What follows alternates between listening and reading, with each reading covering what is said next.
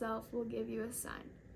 Look, the young woman is with child and shall bear a son, and shall name him Emmanuel. Isaiah 7:14. When Joseph awoke from sleep, he did as the angel of the Lord commanded him.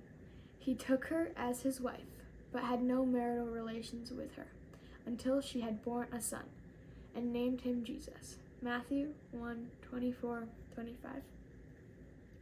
These two texts are about two odd babies, Emmanuel and Jesus. The two texts are about two mothers, a young woman whose name we do not know, and a virgin who has not yet married.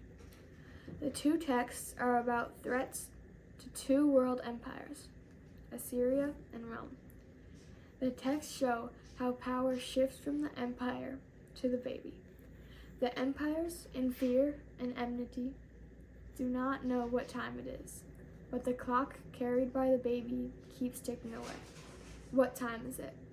A time for peace, a time for justice, a time for land reform, a time for health care, a time for Jubilee year, a time for miraculous feeding, a time for comfort, a time for freedom. Tick-tock, tick-tock.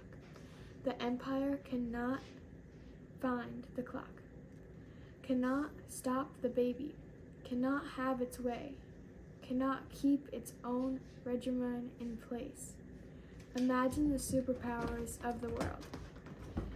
Imagine the great corporate executives and all the people of harsh power in industry, in schools, and churches, and banks, and armies, and tax offices who are used to having their way.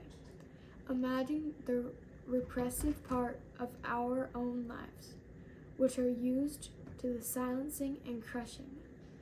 Imagine all those threatened powers listening to the clock of the babies, moving relentlessly to the ending and transformation and beginnings.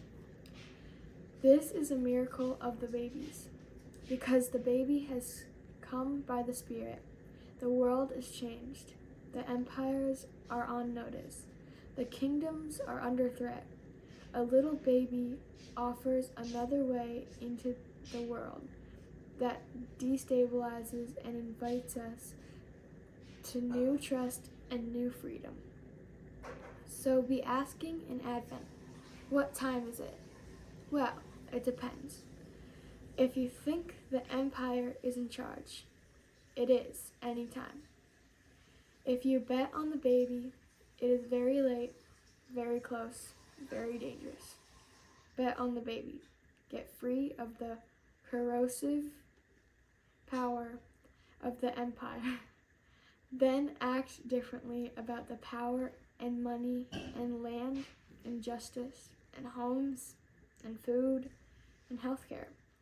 Bet on the baby and notice the new world in which we live, where the empires have been subverted. Bet on the baby and listen to the clock ticking away. Oh God, our lives are shaped by the times of the empire, so much so that we can barely hear the tick-tock, tick-tock of your time. During this Advent season, may we once again bet on the baby. May we know the time and so live hope and justice. Amen.